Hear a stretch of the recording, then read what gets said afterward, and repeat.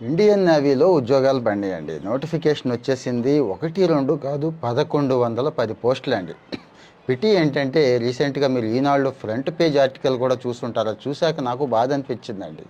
మన ఆంధ్రాలో గానీ, తెలంగాణలో గానీ ఏమైనా నోటిఫికేషన్‌లు పడితే 10 పోస్టులున్నా 1,00,000 మంది అప్లై చేస్తున్నారు. అక్కడేమో వందల్లో, వేలల్లో పోస్టులు పడుతుంటే పాపం మన వాళ్ళకి తెలియట్లేదో ఏదో కమ్యూనికేషన్ గ్యాప్ ఉందండి. ఈవెన్ తమిళనాడు వాళ్ళు కూడా వందల వందల ఉద్యోగాలు సంపాదించేస్తుంటే మన వాళ్ళు కనీసం అప్లై చేయట్లేదు. చాలా బాధగా ఉంది. అప్లైయే చేయట్లేదు. అందుకే ఈ సమాచారం లోపం ఉండకూడదు.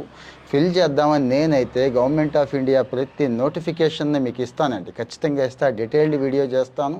ఇక షార్ట్స్ వగైరా ఎలాగో చేస్తున్నాం అనుకోండి. ఈ డీటెయిల్డ్ వీడియోలో పూర్తిగా ఎక్స్ప్లెయిన్ చేస్తూ మీకు సాయం కావాలి. ఆ విషయం నాకు తెలుసండి. మీకు కాస్తో కూస్తో మెంటారింగ్ కావాలి, సలహాలు సూచనలు ఇచ్చేవాళ్ళు కావాలి, మెటీరియల్ కావాలి, అన్నిటికంటే ముఖ్యంగా మాక్ టెస్టులు కావాలి. అలాంటి మాక్ టెస్టులు ఇచ్చే స్టార్టప్స్ కొన్ని ఉన్నాయి.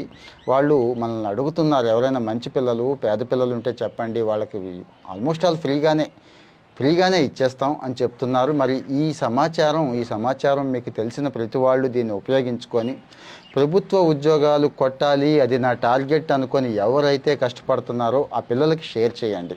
ఆ పిల్లలు తెలియకపోతే కనీసం మీ గ్రూపుల్లో, వాట్సాప్ గ్రూపుల్లో షేర్ చేసినా ఖచ్చితంగా అది వాళ్ళకి చేరుతుంది.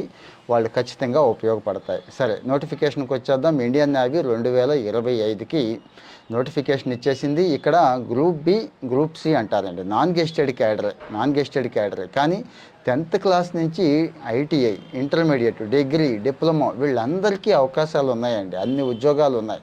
జనరల్గా ఏమనుకుంటామంటే భారతదేశం కదా, ఇన్ని కోట్ల జనాభా కదా, 1000 పోస్టులే కదా, మనకు వస్తాయా అని చాలామందికి డౌటు. ఆ వచ్చిన వాళ్ళ స్టాండర్డ్ ఒకసారి మీకు తెలిస్తే ఆశ్చర్యపోతారండి. అరే, ఎంత పెద్ద తప్పు చేసాము, అప్లై చేసుకోకుండా, గట్టిగా కష్టపడకుండా, ప్రిపేర్ అవ్వకుండా, రాయకుండా అని చెప్పి మీకు ఇప్పుడు అర్థమైపోతుంది. సో చేసిన పొరపాటు ఎలాగూ చేసించాలు. ఇక అయితే ఆ పొరపాటు చేయొద్దు. ఎగ్జామ్ కొట్టాలంటే బిఎస్ఆర్బిఏ రాస్తాను, ఆర్ఆర్బిఏ రాస్తాను, ఇంకా అక్కడితో ముడుచుకొని కూర్చుంటాను అని కాకుండా సేమ్ సిలబస్, అదే అర్థమెటిక్, అదే రీజనింగ్, అదే జనరల్ అవేర్నెస్, అదే ఇంగ్లీష్. మీకు తెలుసు కదండి, కొద్దిగా స్టాండర్డ్ అటు ఇటు ఉంటుంది, అంతకుమించి ఏముంది. సో దయచేసి వీటన్నిటికీ అప్లై చేయండి. ఇక్కడ ఏమేమి పడినాయి అనేది చెప్పేస్తాను. ఛార్జ్ మెన్ అని చెప్పి, ట్రేడ్స్ మెన్ అని చెప్పి, ఫైర్ మెన్ అని చెప్పి, store keeper, multi tasking staff, pest control worker, pest control అండి, చెదలు కంట్రోల్ చేసేవాడు, ఇక సైంటిఫిక్ అసిస్టెంట్, డ్రాఫ్ట్ మెన్, ఇతర పోస్టులు అంటున్నారు. అంటే ఇవి కాస్త హై క్వాలిఫికేషన్, డిప్లొమా, డిగ్రీ అన్నట్టు. మిగిలినవన్నీ ఐటీఐ, 10th. మీకు అర్థమైపోయింది కదండి, వర్కర్ కేటగిరీ అన్నట్టు. అయినా కానీ గవర్నమెంట్ ఉద్యోగమే, గవర్నమెంట్ జీతమే, సెక్యూరిటీకి సెక్యూరిటీ ఉంది, హోదాకి హోదా ఉంది. మీకు తెలుసు.